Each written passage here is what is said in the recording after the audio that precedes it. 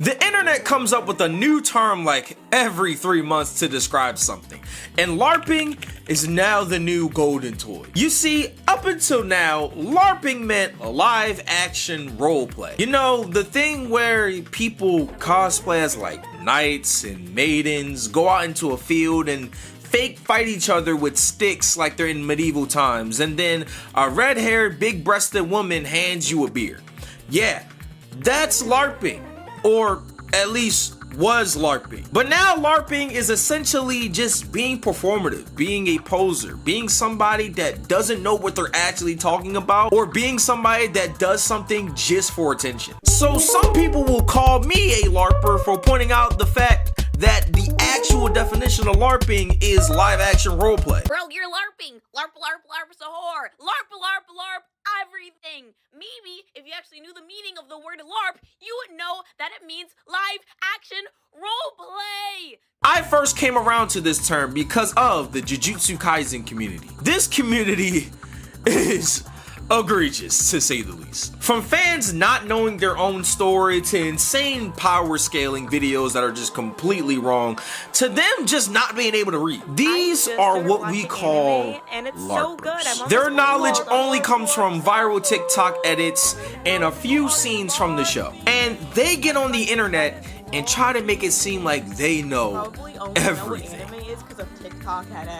So let's stay in anime, because there is one huge LARPer running around right now, and his name is Logan Paul. Logan Paul is the perfect concoction of capitalism, LARPing, and meathead. He's like if Professor Utonium wanted to make the most unlikable white guy ever and just threw those 3 ingredients in a machine and boom, Logan Paul would pop out. Logan Paul is probably top 10 most hated internet guys on the planet right now, and he is both oblivious and fully aware of it at the same time.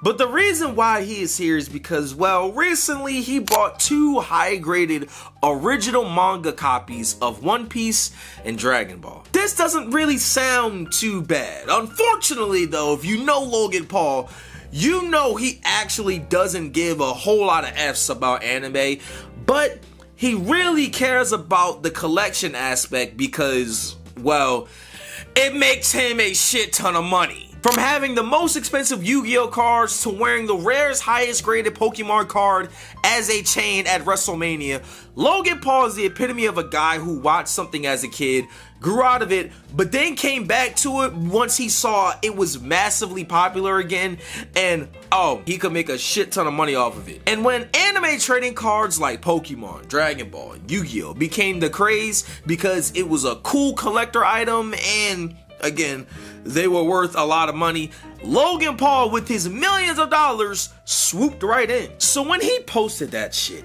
the internet had their way. And Speed, the most known and at this point biggest One Piece guy on the planet, had some words to say. And when Speed pressed him IRL, this is what Logan Paul had to say.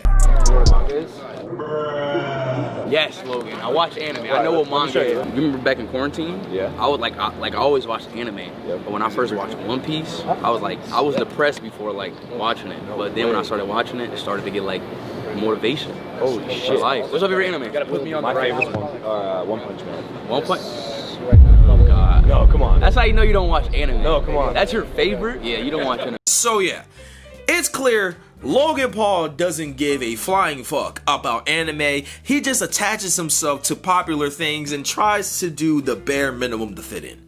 But speaking of fitting in, Sykkuno sure fit himself into many different women, now didn't he? Sykkuno is the epitome of what e-boy gamer / TikTok culture can do for somebody. This man was 30 plus years old with a whole girlfriend, acting as if he was this shy, kawaii, high school teenager in an anime who understood women's feelings and hardships. What Sykkuno was doing was deeper than performative, deeper than the performative macho males, deeper than LARPing.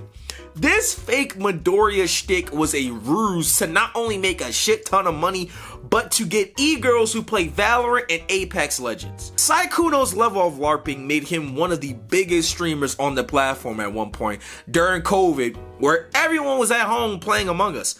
But he was also crushing your little Twitch crush you had a parasocial relationship on while he had a girlfriend back at home. And what makes this funnier is that his quote-unquote apology wasn't even really an apology. It was more of a, oh, you got me. Oh, guys, sorry, man. But yo, I'm not gonna lie, me and my girl still together, so hey, this motherfucker was not no goddamn Midoriya like I mentioned earlier. But he was Light Yagami from Death Note mixed with Ayano Koji from Classroom of the Elite in one man. The LARP apology was so bad that even the voice actors from My Hero themselves, Deku and Ochako, read the apology on Twitter in their respective voices. I would like to apologize to everyone I have disappointed. Most of all, to my girlfriend. I am so sorry I put you through so much. I never want to make these mistakes again and hurt you and the people I care about. Honestly, his LARPing though was so good. You can't even be mad at it. Like, yes, he is 1000% a scumbag for cheating on his girl with mad women who were easy as fuck, might I add. Like, bro would offer to play video games with them, and then the next thing you know, he was busted up inside them. But you kinda gotta acknowledge how well his plan worked. But sometimes LARPing, even if it's genuine in who you are, can ruin your career. Hip-hop LARPing is weird because basically everyone is LARPing. I got a pack, hit him and do it again. I'm fucking a friend. I have a girlfriend. I don't have no young ladies. Don't DM me. Y'all is dubs. That song was made in January. Mad long ago. I mean, Rick Ross is literally cosplaying as another man, but at this point, we think of Rick Ross, the fat rapper, more than the actual drug dealer Ross. But sometimes the LARPing allegations can be incredibly detrimental to your career. Take Logic, for example. Y'all know me, I love Logic. We love Logic on this channel, but I've given you my thoughts on this man's career. Logic from 2013 to 2018 was one of the best rappers in the world, had a cult following, and was putting out banger after banger. In this run, Logic's whole thing was peace, love, and positivity.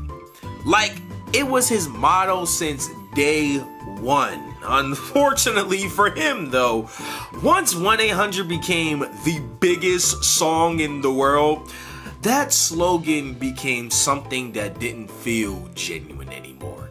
It felt like it had become both a money scheme and a shield to protect him from criticism. You see, everything that Logic did previously and afterwards became incredibly scrutinized, from song lyrics about his biracialness and having to prove that he is black, to his Everybody album, feeling like a desperate inclusivity ploy that became the biggest thing all corporate companies were doing at the time, to his interview talking points about how he feels about hip-hop and himself as a human being, and how he talked about basically wanting to unalive himself because, well, certain people were being very mean to him. Logic became the king of LARPing in rap, the king of Karens in rap, and was labeled the most performative, corny rapper of all time, and essentially ruined his career. And what's funny is that